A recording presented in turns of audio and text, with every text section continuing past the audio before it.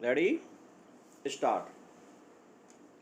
जिस दौर में वक्त की मार से उदासी और संकट जीवन का हिस्सा बन गया देखता हो, वैसे समय में हंसने हंसने की बात थोड़ी अटपटी लगती है, लेकिन सच यह भी है कि जीवन में जगह बनाते दुख से छुटकारे की इच्छा शायद सबकी होती है और इसके लिए खुशी की खोज में हर व्यक्ति प्रयासरत रहता है।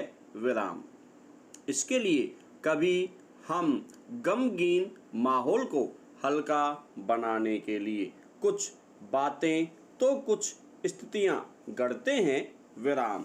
उदासी में घुल रहे अपने आसपास के लोगों को किसी गतिविधि से या कभी लतीफ़ा या हास्यबोध से भरी बातें सुनाकर उसकी उदासी दूर करने के जतन करते हैं। विराम पैरा।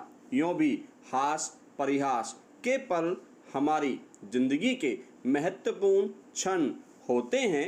विराम। यह एक ऐसी प्रक्रिया है जो जिंदगी की भागम भाग और थकान से उत्पन्न निरस्ता और एक रास्ता को तोड़ने का काम करती है। विराम। लतीफ़ा यानी चुटकुला हंसने हंसाने का अचूक अस्त्र है जो वातावरण की ऊब को तोड़ कर उसमें वह रस घोलता है जिसमें डुबकी लगाकर हर कोई अपने आप को एकदम तरोताज़ा और स्फूर्तिवान पाता है। विराम। लतीफ़े का जन्म कब और कैसे हुआ, इस संबंध में प्रामाणिक रूप से कोई कुछ नहीं कह सकता, लेकिन माना जा सकता है कि मनुष्य ने मन की खिन्नता और उदासी से मुक्ति पाने के उपायों के तहत फुर्सत के दौरान ही लतीफ़े का ईजाद किया होगा। विराम। यह भी जरूरी नहीं कि लतीफ़ा इंसान के दिमाग की सुविचारित उपज हो। विराम। इंसान की परिस्थितियां, संवाद, द्वंद्व और अप्रत्याशित घटनाक्रम के साथ अकस्मात ही लतीफ़े का जन्म हो सकता है। विराम पैरा। लतीफ़े का विषय कुछ भी हो सकता है। विराम। देश, काल, परिस्थितियों के साथ साथ व्यक्ति या फिर वर्ग विशेष के गुण, धर्म, आदत और पशु पक्षी तक को लतीफ़े का विषय बनाया जाता रहा है। विराम। लतीफ़े के पीछे मूल रूप से हास्य की भावना काम करती है, लेकिन कभी कभी इसमें व्यंग का पुट भी दिया जाता है।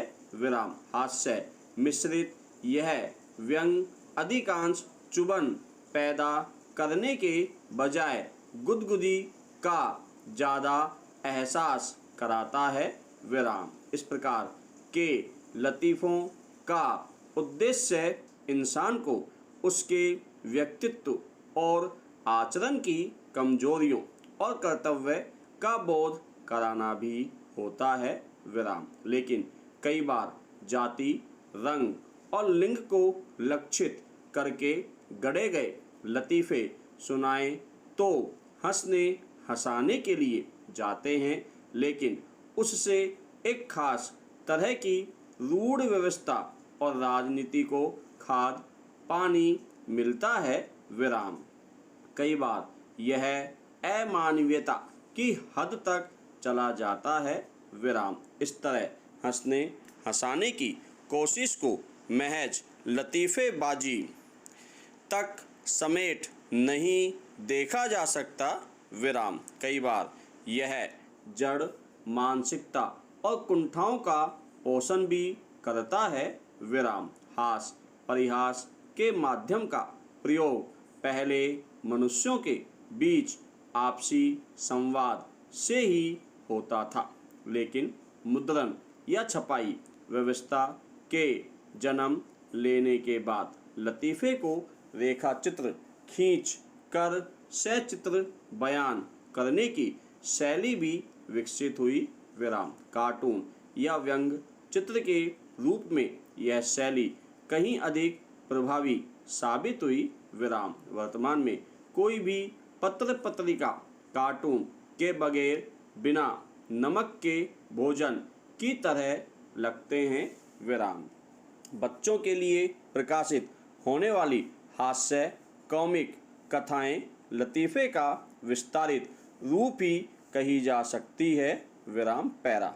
चलचित्र क्रांति के बाद मनोरंजन की इस प्रक्रिया में नए आयाम जुड़े विराम। टेलीविज़न संस्कृति के फैलाव ने इस प्रक्रिया को और परिष्कृत किया विराम। अब लतीफ़े सादृश्य मनोरंजन का माध्यम बनते हैं विराम। वर्तमान में लगभग हर टीवी चैनल पर एक न एक कार्यक्रम पूरी तरह लतीफ़ों से जुड़े हास्य पर ही केंद्रित होता है विराम। लेकिन टीवी चैनलों पर कई बार लतीफ़ेबाजी के नाम पर फूहड़ता हास्यबोध की गरिमा को नष्ट करके कुछ सामाजिक वर्गों को अपमानित करने का जरिया बन जाता है विराम पैरा।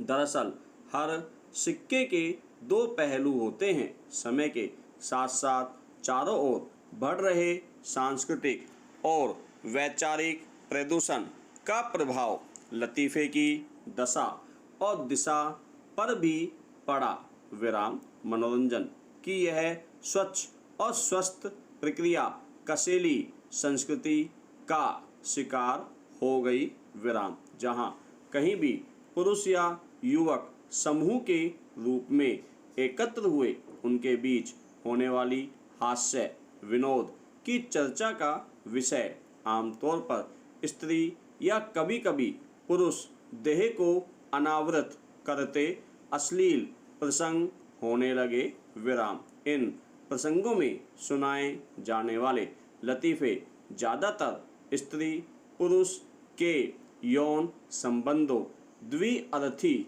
या अश्लील संवादों पर आधारित होते हैं विराम। ये लोग इस तरह के लतीफ़ों को अपनी सांकेतिक भाषा में नॉन वेज कहते हैं विराम। ऐसे अश्लील लतीफ़ों के पीछे क्षण भर के रति सुख पाने की मानसिक कुंठा के अतिरिक्त कोई दूसरी भावना नहीं होती विराम। विकृत और दूषित मानसिकता का यह फैलाव तेज गति से बढ़ रहा है विराम।